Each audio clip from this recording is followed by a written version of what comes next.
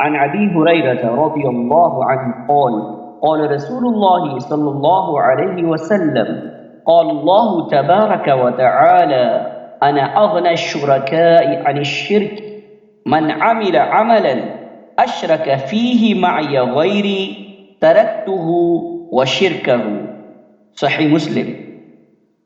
ابو ہریرہ رضی اللہ عنہ سے روایت ہے، انہوں نے کہا رسول اللہ صلی اللہ علیہ وسلم نے فرمایا، اللہ تبارک و تعالی نے ارشاد فرمایا کہ شریک بنائے جانے والوں میں سب سے زیادہ میں شراکت سے مستغنی یعنی بے پرواہ ہوں۔ جس شخص نے بھی کوئی عمل کیا اور اس میں میرے ساتھ کسی اور کو شریک کیا تو میں اسے اس کے شرک کے ساتھ اکیلا چھوڑ دیتا ہوں۔